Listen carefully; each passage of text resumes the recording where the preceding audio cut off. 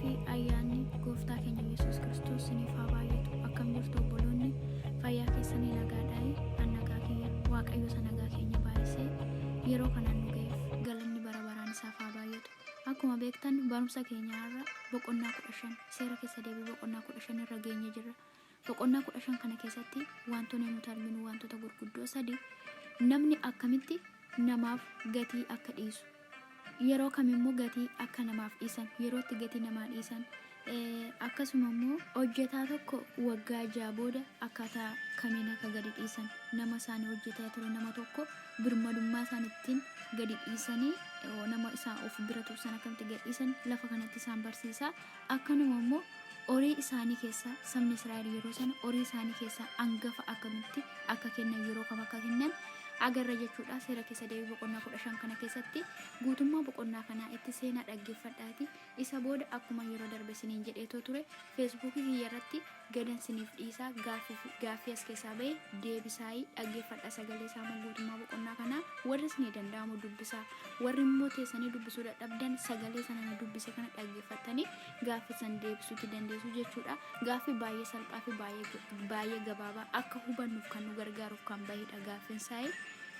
Namni kamiyyuu yoo dhaggeeffate deebisuu kan danda'u yookiin durumaan iyyuu immoo warri macaafa qulqulluu dubbistan qo'attan yaada keessatti kan beektanii jechuudha. Isin rakkisu eebbifamaayii itti seenaati guutummaa boqonnaa kanaa dhaggeeffadhaa. Isa booda koomentii jalatti akkuma deebisaatti turtan warreen qopheessa kun jajjabina keenya irratti gaariidha jedheen waan namni godhu yaadaan qabdanii ofis fayyadanii hamilee namaaf jajjabeessitan Waaqayyo sinaa eebbisu. Ammas warri immoo kana hin godhin sinumaaf malee nama biraatiin miti. Dubbi sagalee Waaqayyoo beekuun sinumaaf ta'a. Itti seenaa dhaggeeffadhaati deebisaayii isiniin jedhaa eebbifamaa.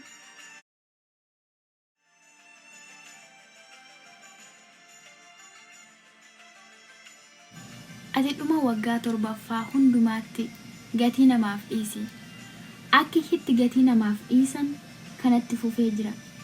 Gatiin akka namaaf dhiifamu Waaqayyo biraa labsiin waan himameef namni obboleessa isaa nama Israa'el irraa gatii qabu gatii sana haa dhiisuuf. Gatii horma irraa qabdu garuu irraa fudhachuu hin dandeessa. Waan obboleessa kee irraa qabdu immoo dhiisiif.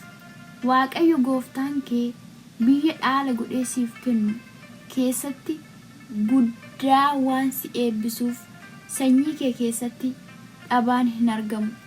Sagalee Waaqayyo gooftaa keetii bayeessa gootee yoo dhaggeeffatte abboommii isa hani har'a si abboomu kana hundumaas bayeessa gootee yoo eegde Waaqayyo gooftaan kee akkuma si abdachiisetti si eebbisuuf jira. Ati saba baay'eedhaaf in liqeessita, ofii garuu in liqeeffattu. Ati saba baay'ee irratti hin moota, isaan garuu si irratti hin mo'an. Obboloota kee warra mandaroota biyya kee isa Waaqayyo gooftaan kee siif kennu keessa jiraatan keessaa inni tokko dhabaa yoo ta'e garaa itti hin jabaatin, yookiis harki kee obboleessa kee isa dhabaatti hiixachuu hin dhiisin. Harka kee diriirsiif, wanta isa barbaachisu amma ga'uutti liqeessiif. Ati waggaa 7ffaan inni itti liqii namaaf dhiisan dhiyaateera jettee obboleessa kee isa dhabaa ija hamaatiin akka hin ilaalleef yaadni hamaan garaa kee keessatti akka hin argamneef of eeggadhu.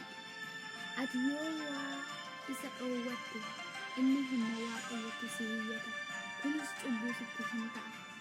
Ati yommuu isaaf kennitu gammachuudhaan isaaf kenni malee garaan kee hin miidhagin. Waaqayyo gooftaan kee immoo hojii kee hundumatti waan harkaan qabu hundumatti si eebbisa. Namni deegaan biyya kee keessa waan hin dhabamneef obboleessa kee isa dhabaa fi deegaa biyya kee keessa jiruuf harka kee akka buuftuuf sin habbooma. Sanyii warra Ibrootaa keessaa dhiirri tokko sitti of gurguree yookiis dubartiin tokko sitti of gurgurtee waggaa 6 yoo siif hojjattee waggaa 7ffaatti akka birmaduutti gadi dhiisi. Yommuu akka birmaduutti gadi dhiiftu immoo harka duwwaa hin deemsisin. Waaqayyo gooftaan kee guddaa waan si eebbiseef ati immoo bushaayee kee keessaa midhaan oobdii kee keessaa cuunfaa wayinii kee keessaas isaaf kenni. Ati takkaa biyya Gibxiitti garbicha akka turte Waaqayyo gooftaan kee immoo akka si fure yaadadhu. Ani kanaafan har'a isa kana si habbooma. Inni immoo si bira taa'uun waan isatti toleef sii fi maatii kee waan jaalatuuf ani si biraa hin deemu yoo sin jedhe gara balbalaatti geessi mutaadhaan gurra isaa huri. Akkasitti inni guutummaa bara jireenya isaatti garbicha siif haa ta'u. Gurra garbittii kees immoo akkasuma godhi. Yoo gadi isa dhiifte garuu hojjetaan qacaramee tokko waggaa 6 kan siif hojjetu irra dachaa 2 kan ta'u inni waan siif hojjeteef akka birmaduutti gadi isa dhiisuun jabaa sitti hin fakkaatin. Waaqayyo gooftaan kees wanta ati gootu hundumaatti si eebbisa.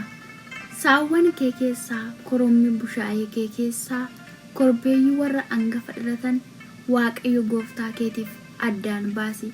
Korommii hangafa dhalataniin hin qotin, korbeeyyii hangafa dhalatan rifeensa isaanii hin muriin. Iddoo Waaqayyo fo'atutti atii fi maatiin kee fuula Waaqayyo gooftaa keetii duratti waggaa waggaatti isaan nyaattu. Garuu horiin tokko mudaa yoo qabaate, okkolaa yookiis jaamaa yoo ta'e, irrina guddaas yoo qabaate Waaqayyo gooftaa keetiif aarsaa hin dhiyeessin. Horii akkasii kana dallaa mandara kee keessatti nyaadhu. Inni qullahaa hin ta'in, inni qullahaa ta'es akkuma foon kuruphee fi foon borofaa nyaatanitti waluma wajjin haa nyaatan. Dhiiga isaa garuu akkuma bishaanii lafatti gadi naqi malee hin nyaatin.